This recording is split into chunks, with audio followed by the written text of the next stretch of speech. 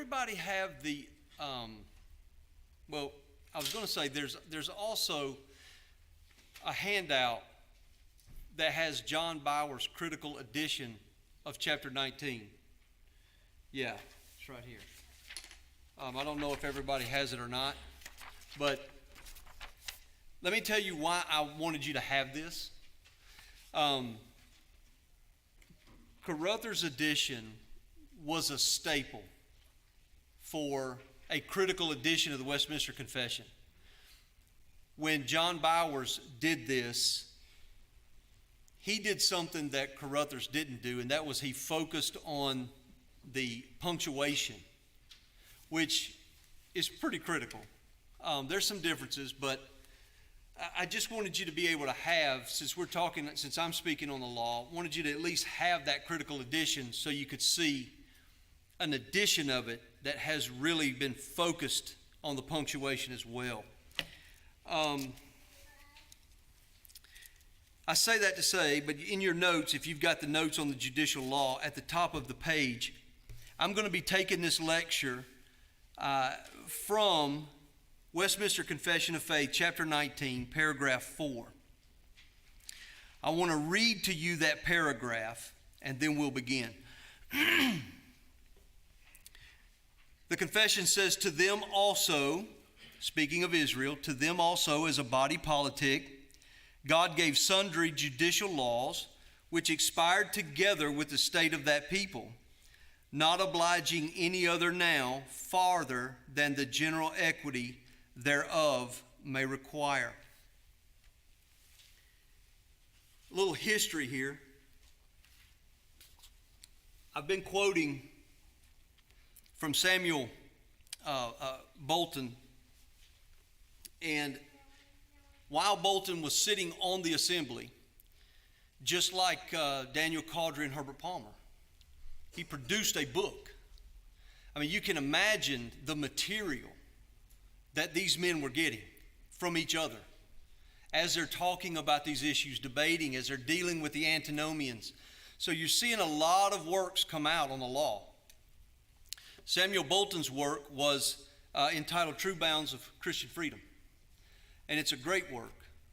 Let me say this too, because this is going to be important. If any of you are going to try to get a book off of that table and try to match it with the page number in my footnotes, these footnotes come from a lot of original documents, so the pagination may not be exact. So you may have to kind of read forwards and backwards to find it. But I say that to say, these men were writing books that were addressing issues of their day because they were having to debate them. And just like the antinomians that they were bringing into the Star Chamber to examine, to critique their works, because people were sending petitions to the assembly saying, listen, we need help. We've got to have able ministers. We've got people around us teaching these errors. We need these issues to be addressed formally. And you got to remember, Westminster Assembly was not an ecclesiastical assembly. It was a civil assembly. It was called by Parliament. And at this point, there was really no national church. It had been dissolved. And so these ministers are doing anything and everything they can to stay the error that is pervading their communities. So with that, 1645, Samuel Bolton publishes this book while he's there. And he makes this statement. He's talking about the moral law, judicial law, and the ceremonial law. And he says, in two of them we find more clearness of agreement. The great difficulty is of the first, meaning the moral. The timing of this statement is interesting because it was made shortly prior to the assembly's debate and formulation of chapter 19. At this point, when this book comes out in 45, they have not formally written chapter 19 at all. They haven't even debated it. It wasn't until November 18, 1645, at the end of that year, when the third standing committee, the assembly was divided into three standing committees, and on November the 18th, the topic of biblical law is assigned to the third standing committee. Here's what's interesting. 2 months later, January 12th, 1646, a select committee was appointed to help determine, and I quote, the meaning of the description of ceremonial and judicial, end quote. Now, if I understood Bolton just said, we pretty much all agreed over here. The big problem is the moral law. And the moral law was a problem because of the antinomians, trying to do away, as we learned this morning, with all of God's moral law. And so there was a lot of ink spilled, especially over the Sabbath, as I said, and those other issues. But now all of a sudden, 2 months into this, we're having to have a select committee. So I'm asking, if uniformity existed among the divines on these two legal corpora, then why was there a need for a special committee? Well, the reason is made more evident when you realize that according to the minutes of the assembly, 11 months prior to this calling of a select committee, back in February 9th, 1645, there was a debate going on Christian liberty. And while they were having that debate, an issue arose. And what that issue was about was, quote, the ceremonial and judicial laws abrogation, end quote. So get the picture. The third standing committee gets the formal move to begin to write the chapter. 2 months later, special committee has to be called. We're having issues here. We come to find out 11 months earlier, this issue was already brewing. The problem was they were able to kick that can down the road, but now they can't kick it any farther. Now they have to write the chapter. We have to deal with this issue that we've been debating on the abrogation of the ceremonial and judicial laws. In analyzing the special committee, Sinclair Ferguson conjectured the most probable reason for their difficulties over the ceremonial and judicial law is that they themselves were not all of one mind on some of the implications of the continuity and discontinuity of God's covenant and his law. He continued to argue that the, quote, product of their deliberations was a consensus statement broad enough to be agreed with by divines who held somewhat different views of the contemporary applications of the Mosaical judicial laws. What I really like about what Ferguson has noted is he brings up this issue of debate between the continuity and discontinuity. Keep those two terms in your mind because they are key. This issue was not new then. It's been an issue, and it will continue to be an issue. We won't solve it here today. I do want to, as I go through this, having had to read both sides of this argument, I feel like there is an answer. And I'm going to tell all of you right now, you may not agree with how I come down on this, and that is fine. But what I will ask you to do, take the notes. I tried to give you thorough notes and references. I don't want you to think I'm just pulling this out of thin air. I'm trying to go back into the arguments. Not present day arguments, those arguments back then, and try to see how this argument was developing. So there's some references there for you to look at, but I want you to hear this. When I say it's not new, it's plagued the church since Christ's death. The apostles, especially Paul, had to deal with this issue throughout his ministry. Why is this important? Well, Gary touched on some of it this morning. The Hebrew roots movement, where we're trying to bring back ceremonial laws and reinstate them, which that's an issue we'll address in the morning. But we see how important it is to understand how this actually fleshes out biblically. But not only the apostles. In 371, Augustine and Jerome were writing back and forth. Jerome had some issues. He had some questions. And Augustine, when he answered, what came out of that correspondence is a phrase that until I had to study this issue, I'd never heard of before. Once I found it, once I discovered it, all of a sudden I realized it was a mantra historically. It's like when you first learn about the sovereignty of God in Scripture, and prior to that you're like, well, I didn't see that. And now all of a sudden you see it everywhere. So because it was new to me, and I felt like I had been pretty well read, I put together an appendix and just quoted men throughout history on this issue. Let me give you this little mantra, because I think Augustine nailed it. He was a brilliant mind. Listen to what he says. Here's the maxim. The judicial laws are dead, but not deadly. The ceremonial laws are both dead and deadly, but for a time were not deadly. Now we'll look at the ceremonial phrase tomorrow. But right now what I want us to focus on is Augustine's statement to Jerome that the judicial laws are dead, but not deadly. How you fetter that out is going to determine how you come down on this issue.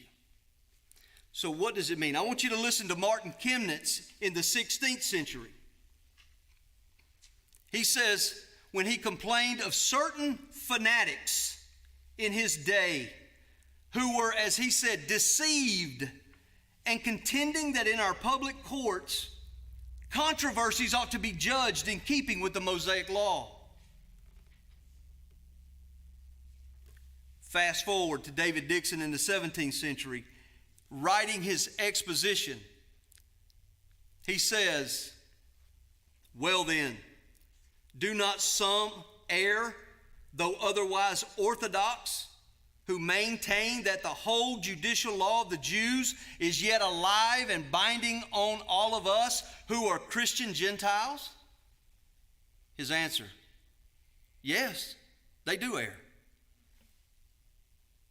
We see that today others are making the same mistake by claiming continuity rather than discontinuity with the judicial laws of Moses.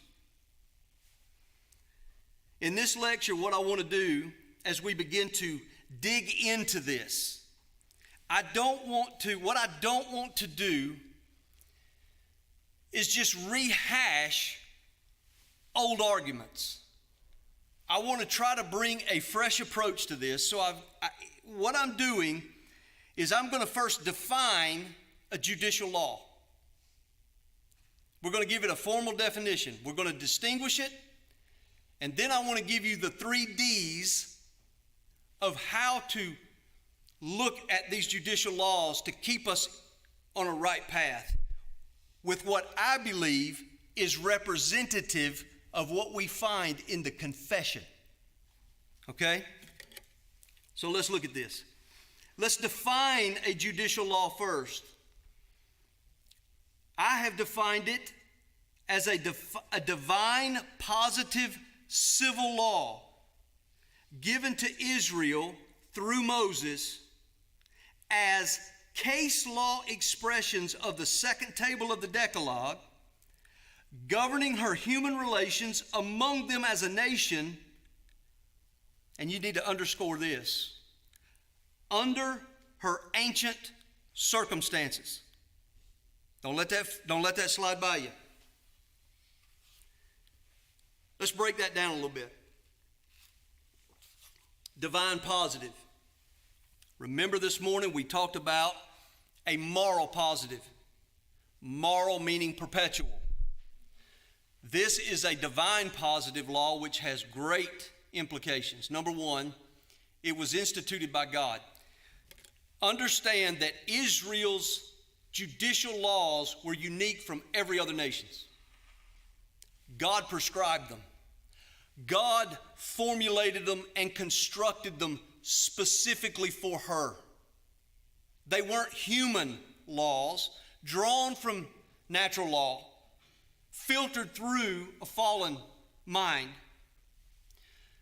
These are God's wise laws given to Israel. We want to affirm that up front. They were just. They were good laws. They governed her as a nation, not as a church. That was a ceremonial law. You should have a handout that has a parallel between the ceremonial and the judicial. I'm not going to go through that, but I did want you to have that because those are pulled from the confession. And those parallels really kind of help you see the differences and the commonalities. But what we need to understand is, as divine laws, not even Israel could change them. Other nations could change their national laws, but Israel couldn't change hers. They were positive laws in that only God could change them. They were drawn from the will of God. So we want to keep that as a definition to start with. Now, when we look at this idea that they are case law expressions of the second table, I want to unpack that for a minute. When we talk about the Ten Commandments can be reduced to two commandments. Right? Love for God, love for your neighbor. Those two commandments can then be reduced to one commandment. Love. Love is the foundation of all law. And love is not subjectively defined, it is objectively defined. It is rooted in the character and nature of Almighty God. See, what we need to remember is that God's love is the foundation and fountain for both law and salvation. We don't like to think that. But for God so loved the world that he did what? Gave his only begotten Son. Salvation and law come from the very same source when we're talking about these laws, especially moral laws. But not only can those laws be reduced, you can start with love, 1, move to 2, love God, love your neighbor, go to 10, the 10 Commandments, but then here's where it gets interesting. The ceremonial laws were an expression of the first table of the law. God gave them to Israel to help them keep those first 4 commandments. Here's how you, Israel, at this time as an underage church, are going to interact with me. This is the standard for worship and relationship with me. The last 6 commandments, the second table, were primarily expressed through the judicial laws, telling the nation of Israel how to engage with each other and the surrounding nations. Now, I say primarily because there was some overlap. I'm not even going to try to make you believe that there is just this clear-cut division between the two. There was some overlap, and some are very hard to fetter out, even as many of the divines and early theologians confess to. However, when we look at these laws, we need to understand that these laws, judicial laws, Number one were case laws, and we'll talk about that in a second, given to Israel to govern her at that time in that place. Now, this leads us to a discussion on the abolition of these laws. And there are two extreme positions, in my mind at least, concerning the Mosaic judicial law. The first extreme is that of dispensationalism. And I remember I was forced to read a book on biblical interpretation by Roy B. Zuck years ago, who was a dispensationalist. And Roy B. Zuck makes a statement that the Old Testament law as a unit basically is just done away with. It's all gone. Unless it is repeated in the New Testament, we don't have it. That's one extreme. The other extreme is that the judicial laws of Moses are moral. Remember what we said about moral. They're perpetual. And this view says that because the judicial laws are moral, there's really only two categories: moral, ceremonial. Ceremonial's been done away with. The judicial laws are still standing unless they've been repealed in the New Testament. So now we have the judicial laws given to Israel binding us. I want to ask the question, is that the view of Westminster? Number one, we know that they did not hold a bipartite view of law. They held a tripartite view: moral, judicial, and ceremonial. They held them distinctly. They affirmed it over and over. Between these two extreme positions lie the Westminster Assembly's position, which I believe is the biblical position. But even that, there's still arguments there. We see that from the minutes, that these men still have some nuances that they're working through. How? We're going to get to it. I think as we look at these 3 Ds, the first one is discontinuity first as a presupposition of judicial law. The second one is going to be that we need to distinguish properly between the case law and the general equity. The third, and this is the one that, this is the one that in my mind is the answer key. It's the only conclusion I can come to. And so I really want you to, when we get to this third D, to not check out on me. I really need you to dig in. I know everybody's full, we're fat, we're happy, and our eyes are getting heavy.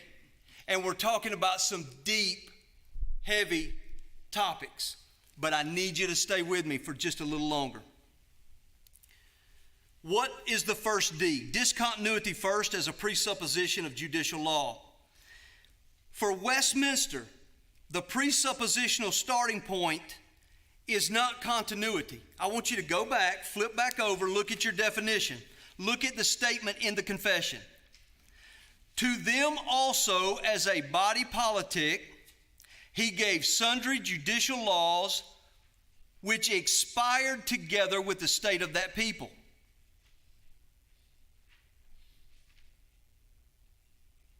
No qualification. No exclusion clause. No statement or footnote that says, except these laws. They clearly stated that the judicial laws expired together with the state of that people. Now, there has been an emphasis since 1977, where this issue was brought back to the public square, an emphasis on continuity first. It matters where you start as a presupposition on this. If you believe that these laws are still binding unless the New Testament sets them aside, then you need to understand all of a sudden you got to figure out which one of these have been set aside. You got to go through every one of them. Which ones are still binding? Which ones are gone, and why? And what text tells you that? But that's not how the Westminster Confession lays it out. And remember, the Westminster Confession was written in accordance with the best Protestant confessions on the continent. And the 5 Scottish commissioners were sent to ensure that very thing. And we know that it was accomplished. They testify to it. I believe that is exactly true with this statement that they had finally formulated as a consensus statement. Here, what we see is that it's not that these laws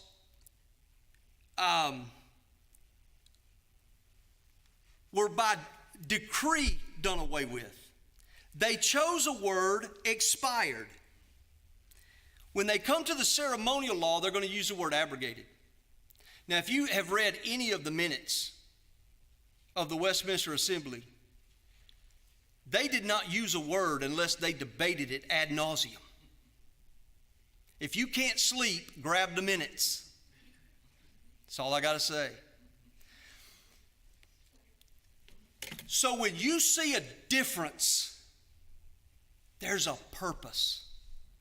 There's a meaning behind every word they used.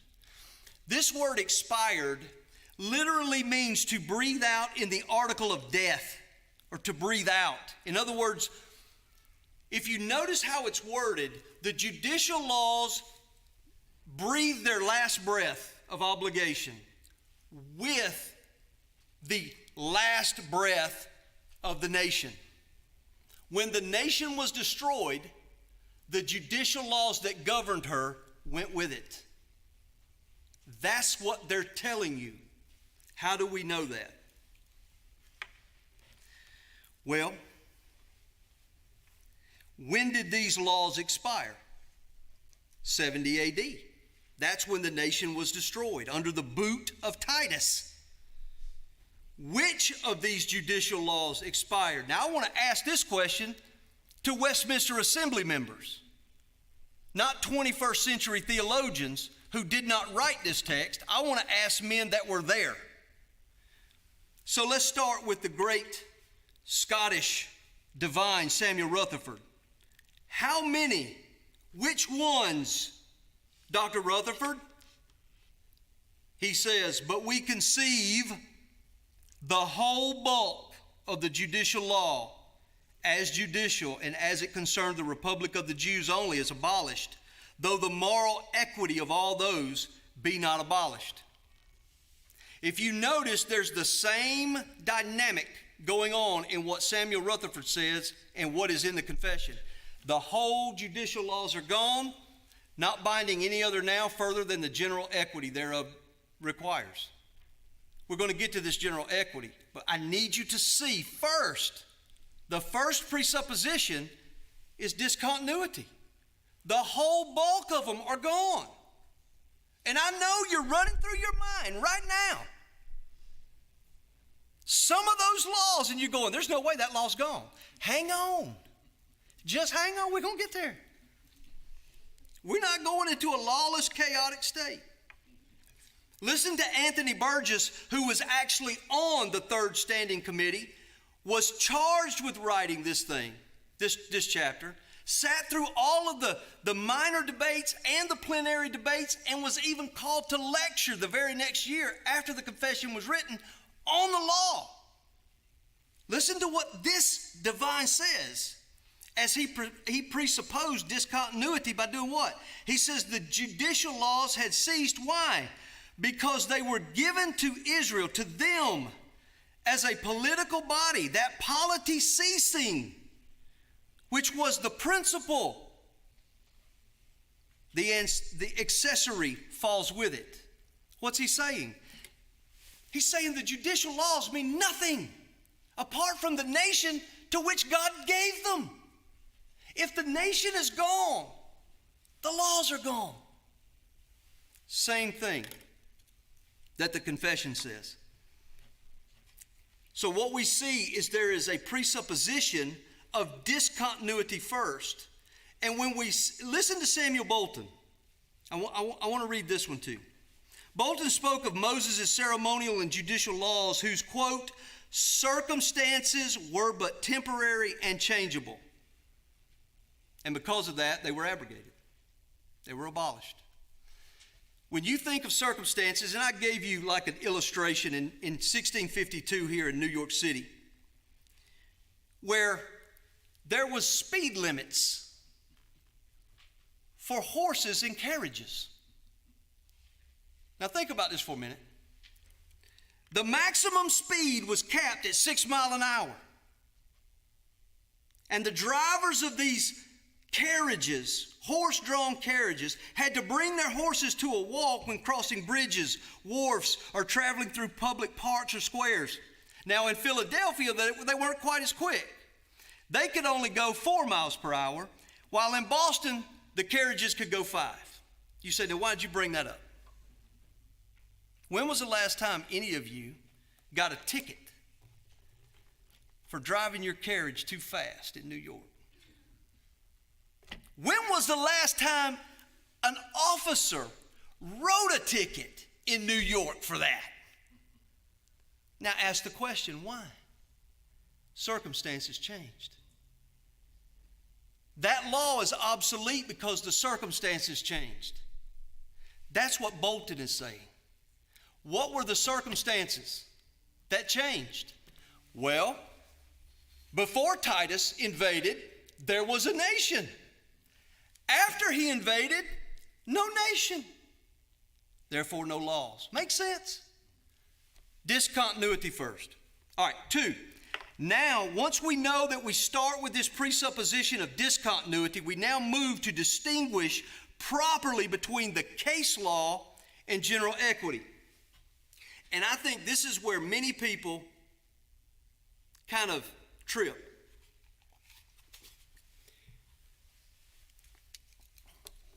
When you look at a case law, let me define a case law. Let's define it first. I've given you a definition.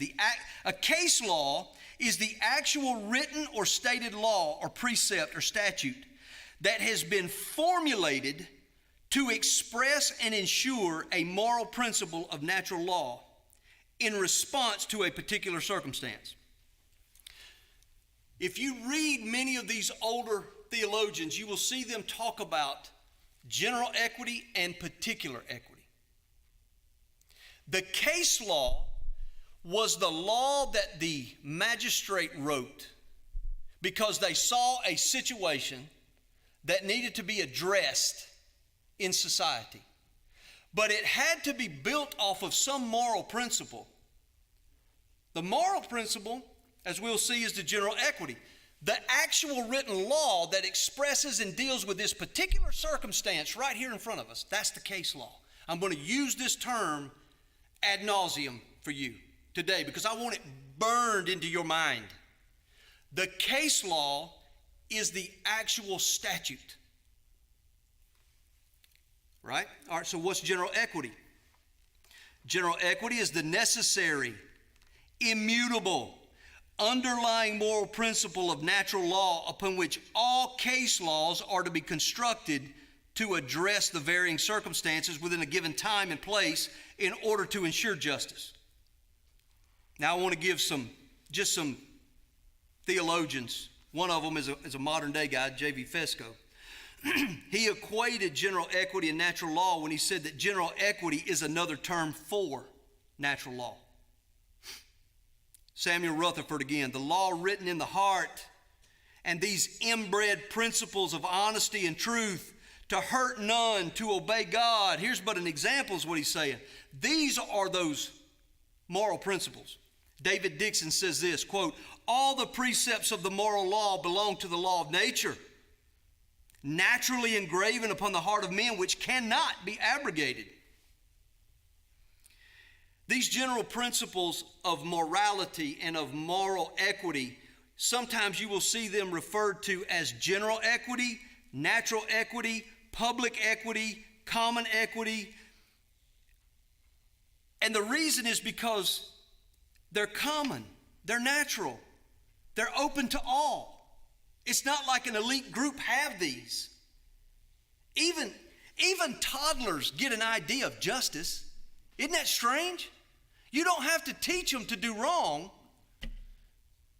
You don't even have to teach them when they've been done wrong. They already know that. Isn't it strange? Having a son that's 34, looking back, raising him, it was always amazing to me. I could see my sins sometimes in a better light because he'd bring them up to me. He would point out where I had violated something. And I'm like, and I'm talking about when he was, 10, 11 years old. Well, Dad, that's not right. Well, how do you know that? There are inbred principles in every one of us that God has put there as image bearers.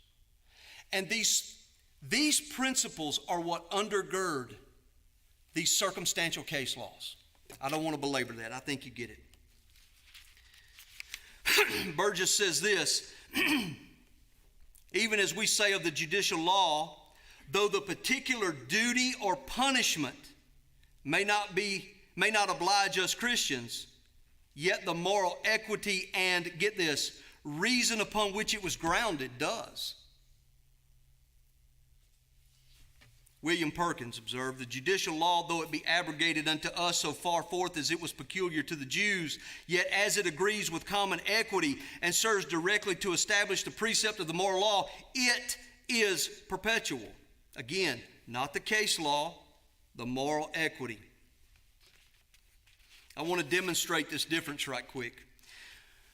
One of the passages that you all are, I'm sure, familiar with is 1 Corinthians 9, 8 through 10. Don't muzzle the ox. It's a proof text in the confession. And most people that talk about this issue are going to bring it up. Because Paul goes back, grabs a judicial law from the Old Testament, brings it forward and says, doesn't the law even say don't muzzle the ox that's treading the grain? Now, what's he talking about to these Corinthian believers? How to plant and how to tread grain? No. He's talking about, in one sense, and preachers love this, pay the preacher what's due. The one who labors is worthy of his hire. Paul says, is this written for oxen or for our sake? Paul says it's written for our sake. That case law, though back then had value, had merit. God instituted it among the Jews to teach them what Paul just drug out of it as a moral principle. And so he separates the case law, muzzling the ox, from the moral principle, and then he applies it. Does not the plowman plow in hope? Let me give you another one. This one I think is even more clear. At least it is in my mind. We have another ox, the goring ox, in Exodus 21, 28 through 29. Listen to this text. When an ox gores a man or a woman to death, the ox shall be stoned, and its flesh shall not be eaten. But the owner of the ox shall not be liable. But if the ox has been accustomed to gore in the past, and its owner has been warned but has not kept it in, and it kills a man or a woman, the ox shall be stoned, and its owner also shall be put to death.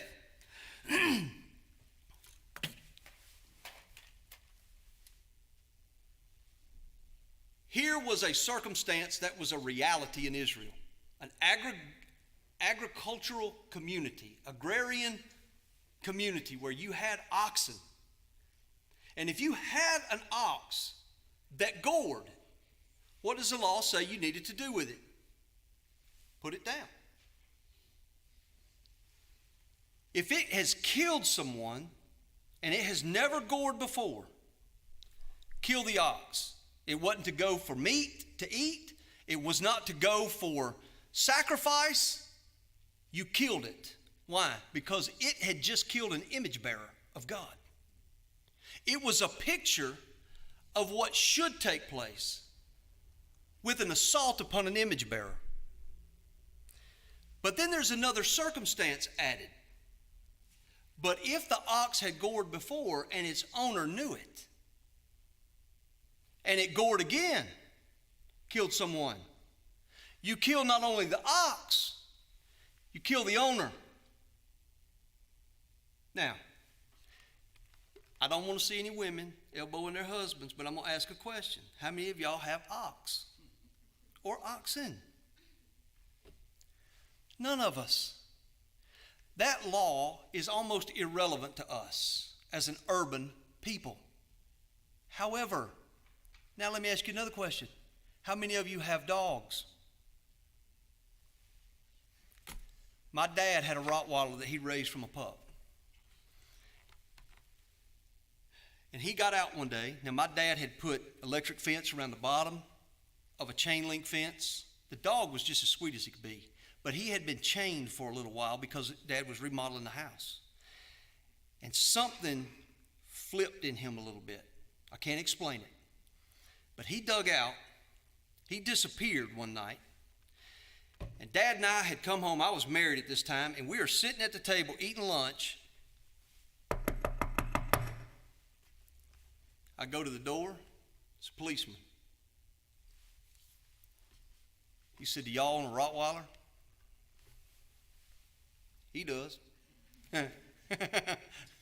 So my dad comes to the door and he said, "How can I help you?" He said, "Do you own a Rottweiler?" He said, "I do." He said, "Well, he's apparently attacked a man's dog in a subdivision behind you. The dog is at the vet." Dad said, "Did he hurt anyone?" He said, "No, he didn't hurt anyone." He said, "But the man whose dog that was being walked had just gotten out of the hospital with a heart attack." My dad said, "Okay." He said, where's the dog?" He said, "We've got him in impound." He goes through the whole thing. Policeman leaves. We sit down. I said, "Dad, you need to put him down." This is the law that was in my mind. Do you see how the circumstances change, but the moral equity is the same?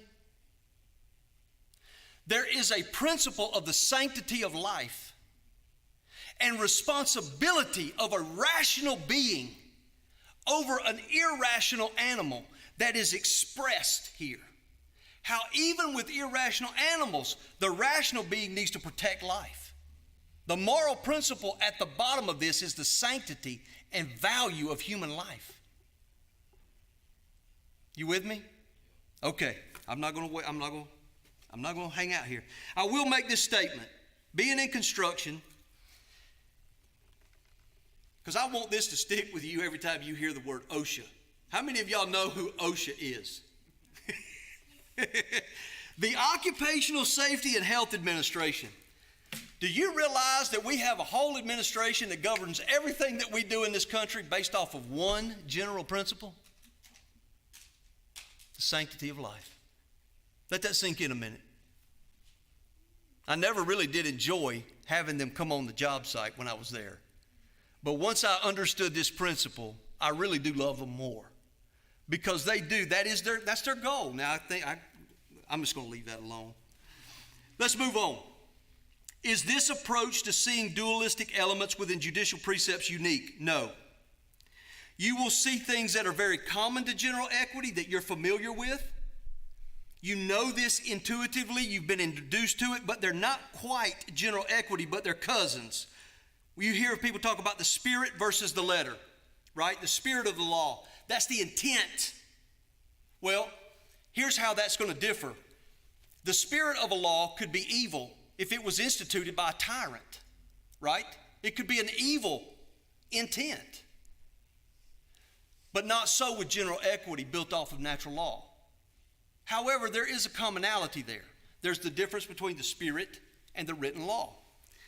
How about courts of equity? Courts of equity were those courts where, and this was very common in England, where the judge had to rule according to the letter of the law, and as soon as he made the ruling according to the letter of the law, he knew that that law was fixing to create an injustice for somebody who was innocent.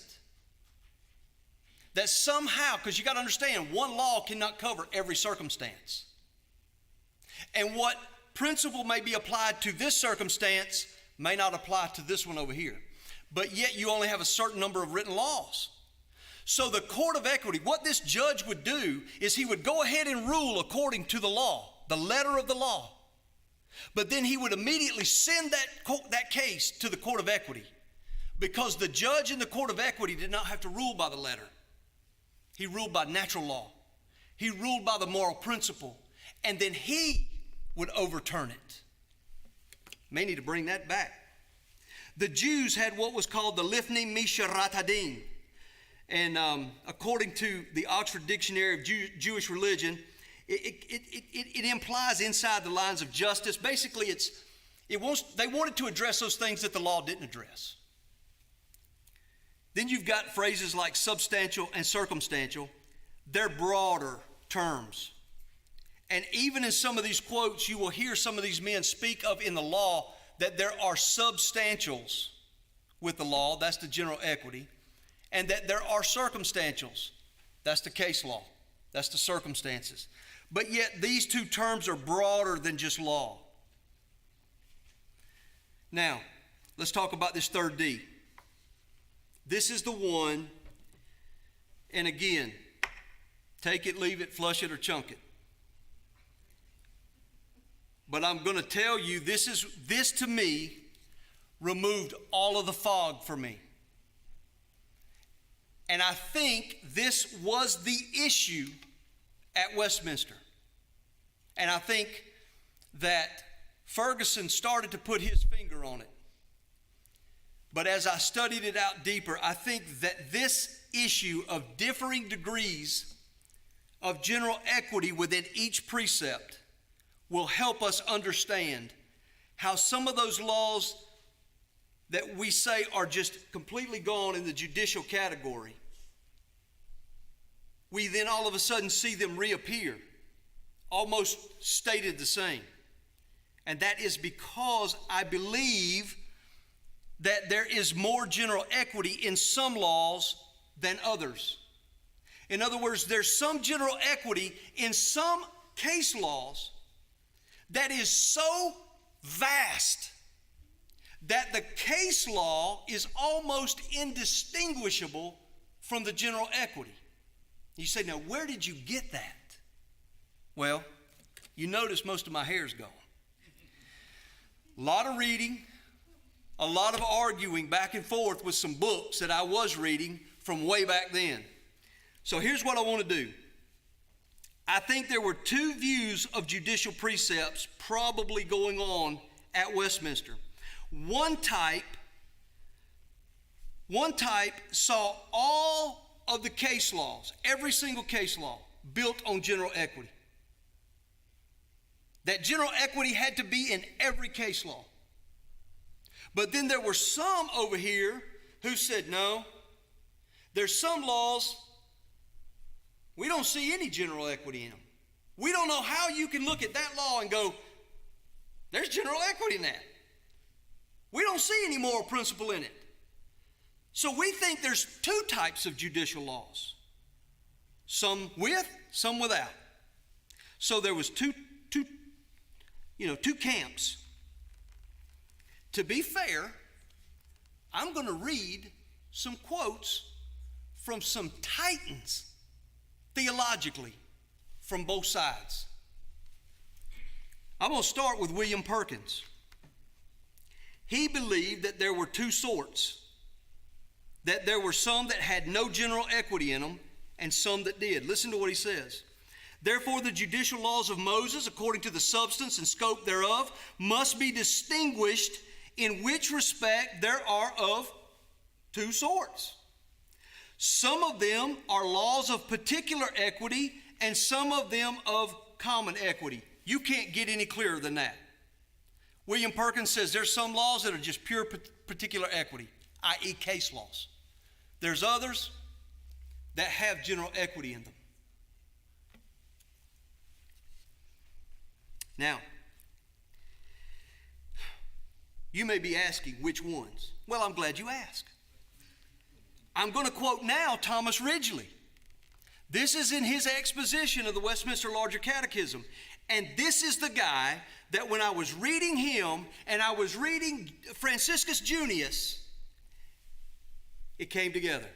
It was like a light bulb went off in my head. Thomas Ridgely listed 7 judicial laws that he said have absolutely no general equity in them. Listen to this. I'm going to list them for you. Levirate marriage. Hebrew redemption with the year of Jubilee. Limitation of a Hebrew servant's bondage to 6 years and the caveat of a slave's option for permanent voluntary servitude. Number 4, the land sabbatical. I underlined that one because we're coming back to it. Number 5, usury laws concerning the Israelites. Number 6, the duty of Jewish males to appear 3 times a year before the Lord in Jerusalem. Number 7, the cities of refuge.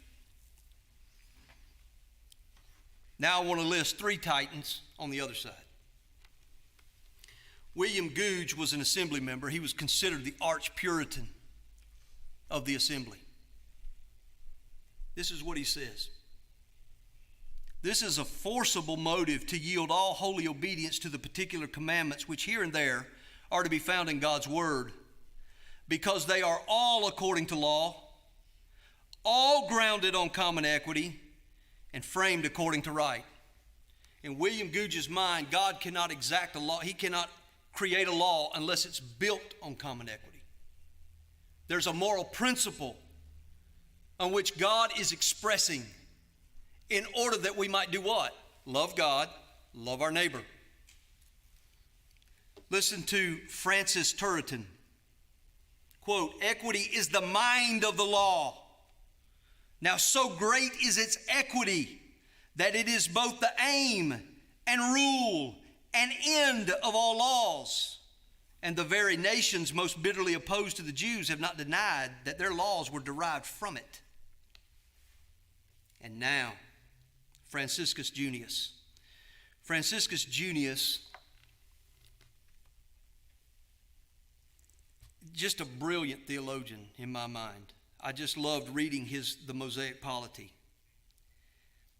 Here's what he says. He comes to these laws and he says there are 3 immutable aspects in every precept. Now you talk about getting really down nuanced. He says, hey, look, we're not just talking about general equity. We're talking about there are 3 aspects that are immutable. What are they? He says they are the origin, the object, and the aim. He used the land sabbatical as an example, which if you remember, that was one of Thomas Ridgely's laws that had none. He couldn't discern any in it. What are they? What is this land sabbatical? I want to read you the text and then we'll break it down. Exodus 23:10-11 says, for 6 years you shall sow your land and gather in its yield, but the 7th year you shall let it rest and lie fallow, that the poor of your people may eat, and what they leave the beasts of the field may eat. You shall do likewise with your vineyard and with your olive orchard. So we now ask, Dr. Junius, what is the end of this law? What is the moral end, the perpetual, immutable end? This is what he says. He said it's care for the poor. Boy, we can see that, can't we? Let your land lie fallow that the poor of the people may eat. Man, he's put his finger right on the pulse of this law. He said, okay, well, if caring for the poor is the end, then what is the origin? The origin is the general principle of doing unto others what we would have others do unto us. Wow, what a basic, innate, understood principle of natural law. Well, if that's the case, what is the object? The object of the law is the natural relationship to a nature as a fellow image bearer. I kind of added that image bearer part. But that's the point. As we move into this, I want to conclude with really 2 things. We talk a lot about judicial law. We talk a lot about civil polity, and I know that this topic is normally drug into the political realm, right? If I can do one thing this afternoon to affect your thinking on this, I want you to add something to that. I want you to stop thinking about us looking at these judicial laws and ask, how do we implement this into our nation? That's a valid question, and I'm not in any way negating it. I want you to continue to do that. How do we take these moral principles and now look at our laws and ask, are they just, are they unjust based on this? But I want to balance it. I want to personalize it for you a minute.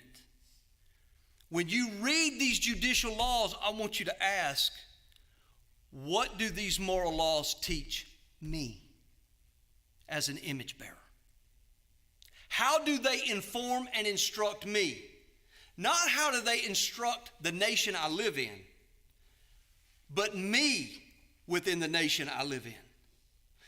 Where am I getting this? I'm pulling this from Romans 1 and 2 and Psalm 1 in particular. I want you to think about how in Romans 1 and 2, the wrath of God is being revealed against all ungodliness of those who suppress the truth. What truth? That truth written inside that they know innately. Those moral principles. They're suppressing this truth. And we can see in Romans 1 and 2, Paul is appealing to these general principles that those without the written law already know and yet refuse to live by. But now I want you to flip forward to Psalm 1. Blessed is the man who walks not in the counsel of the ungodly, nor stands in the way of sinners, nor sits in the seat of the scornful, but his delight is in what? The law of the Lord. And in that law does he meditate day and night. And he shall be like a tree planted by the rivers of water that brings forth its fruit in its season, and its leaf will not wither. Psalm 1 is that personal, individual application of the law. We're to meditate on it for our benefit, for our sanctification, our growth, our understanding of who God is, how we're to love him, how we're to love our neighbor. Go back to just to that one illustration I gave of my dad's dog. That's a personal application. But then when you flip the page from Psalm 1 to Psalm 2, yes, there is a national application. You kings of the earth had better do what? Kiss the Son, lest he turn, be angry, and you perish in the way. But don't just run to Psalm 2 without coming through Psalm 1 first. Before we start addressing the issues in our nation, let's first address those issues in our own heart. That's my appeal to you this morning. Now, I want to return back to this dead but not deadly issue of Augustine. Augustine starts with discontinuity. These laws are dead. In other words, they're abolished. But what did he mean when he said, but they are not deadly? Here's the key. There's two ways that these laws can be implemented that have been abolished. One, we go back to the general equity of them, just like Paul did. We pull out that general equity and we reapply it. Okay? Whether it's a little bit of equity or a lot of equity, makes no difference. Whether it's the Sabbath law, the land Sabbath laws, or whether it's bestiality, they come back by their general equity only. Now, but there's also another way that those laws could be used. When we talk about this general equity, let me quote Archbishop James Ussher first. James Ussher says about the general equity, he said, "May not Christian magistrates then swerve anything from those laws of government which were set down by Moses?" He said, "In some circumstances," remember, circumstantials, case laws. In some circumstances they may, but in the general equity and substance, they may not. So we can use the general equity, but we can also, this is why they're not deadly, we can also, according to these men, if a nation sees a similar circumstance in their day, they are free to go back into the judicial laws, the case laws, take that one case law or 3 case laws, whatever they may be, bring them forward and reinstitute them. Just like God gave them to Moses if they want to. But there was a caveat. You weren't required to do that. You were at liberty to do it. You did not have to do it. Don't miss that point. Listen very carefully to John Thompson stated, as for the judicial law, it is not now binding as a law, but if a kingdom or commonwealth should agree to make it or any part of it a part of their civil constitution, there would be no sin in doing so, yet we do not read of any countries doing so. So when we look at this issue of general equity, we need to be very discerning. And let me tell you this right up front.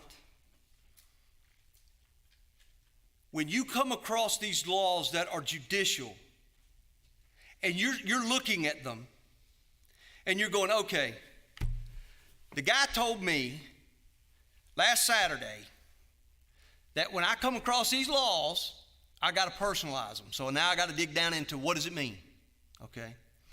I want to tell you something right up front. It's a skill set. It's a hermeneutic. It's an interpretational application to these laws that you have to work at. And the more you flex that muscle, the better you get. I don't have that muscle fully flexed, I can promise you. But I am sitting at the feet of men like this who knew how to handle these laws. And I'm trying to discern from them more and more how they did it.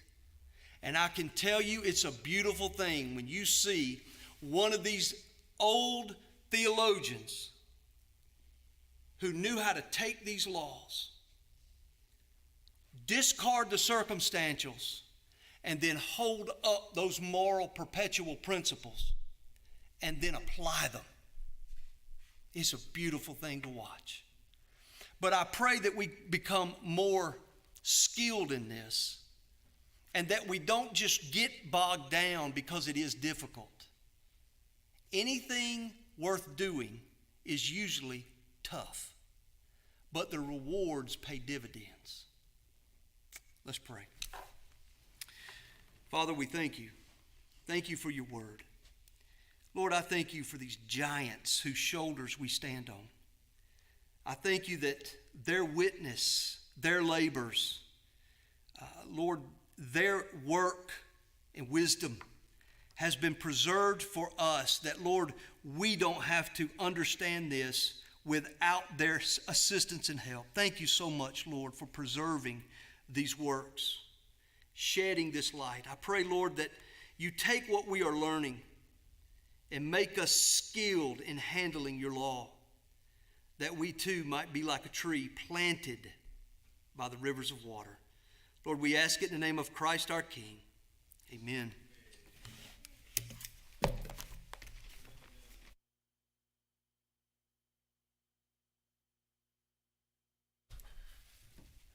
Meet with the committee on the conference.